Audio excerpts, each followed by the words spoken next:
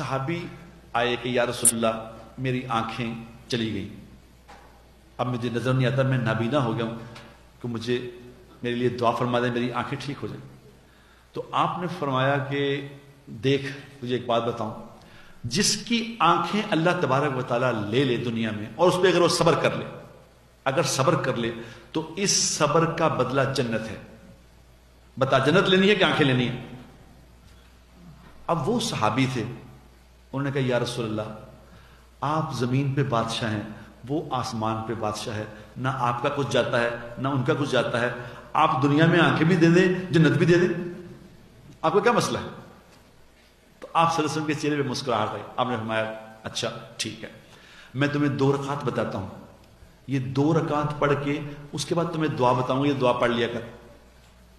اس کو 2 رکعت بتائی، پہلی رکعت میں قل یا ایھا الکافرون پڑھ، دوسری رکعت میں قل ھو اللہ پڑھ، اور اس کے بعد جب تیری نماز ختم ہو تو ہاتھ اٹھا کے یہ دعا مانگ، لا الہ الا اللہ الحلیم الکریم سبحان اللہ رب العرش العظیم والحمد للہ رب العالمین اللہم انی اسألک واتوجہ الیک بنبیک محمد الرحمت یا محمد انی اتوجہ بک الی ربی فی حاجتی حاذہ لتقضی لی اللہم فشفہ فی۔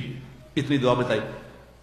اب اس نے دعا پڑھی اور دعا پڑھ کے یوں ہاتھ پھیرا، یوں ہاتھ پھیر کے جب اس نے آنکھوں کو یوں کیا تو آنکھوں نے دیکھنا شروع کر دیا، آنکھوں کی بینائی واپس آ گئی۔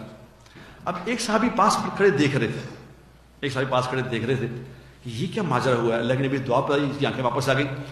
وقت گزر گیا، زمانہ گزر گیا، وقت گزرتا رہا، عثمان رضی اللہ تعالیٰ کا زمانہ آ گیا۔ عثمان رضی اللہ کا زمانہ آ گیا تو عثمان رضی اللہ کے زمانے میں چونکہ اسلام بہت پھیل گیا تھا تو پرائم منسٹر کا جس طرح پروٹوکول ہوتا ہے اس طرح خلیفہ کا پروٹوکول بھی بڑھ گیا، لوگ ملنے والے بہت زیادہ ہو گئے۔ تو ایک صحابی ملنے کے لیے آئے عثمان رضی اللہ تعالیٰ، تو وہ لوگ پیچھے کرتے اسے، پیچھے ابھی تمہاری باری نہیں ہے، پیچھے کرو پیچھے کرو۔ یہ پاس کھڑے دیکھ رہے تھے، انہوں نے اسے کہا کہ دیکھو سنو، میں تمہیں وہ دعا نہ بتا دوں جو اللہ کے نبی نے بتائی تھی؟ انہوں نے کہا بتا دے۔ انہوں نے کہا 2 رکعت نماز پڑھ اور اس کے بعد یہ دعا مانگ۔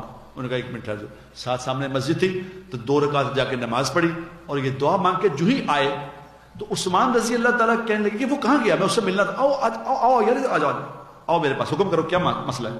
اس نے کوئی اپنی بات بتائی، ضرورت بتائی، انہوں نے کہا ضرورت بھی پوری کر دی، اور ساتھ ہی اپنے پی اے سے کہا، جو اس وقت کا پی اے تھا، ان سے کہا کہ یہ جب بھی تشریف لائیں میں جتنا مرضی مصروف ہوں پہلے اس سے ملایا کرو۔ ان صحابی نے کہا کہ اللہ آپ کو جزائے خیر دے، میں جب نماز پڑھنے گیا تو تم نے خلیفہ کو بتا دیا کہ میں ملنے آیا ہوں۔ اس نے کہا خدا کی قسم میں نے نہیں بتایا، میں تو دیکھنا چاہتا تھا، میں دیکھنا چاہتا تھا کہ اللہ کے نبی نے ایک دعا بتائی تھی ایک صحابی کو، میں دیکھنا چاہتا تھا کہ وہ دعا صرف اسی کے لیے تھی یا بعد والوں کے لیے بھی ہے۔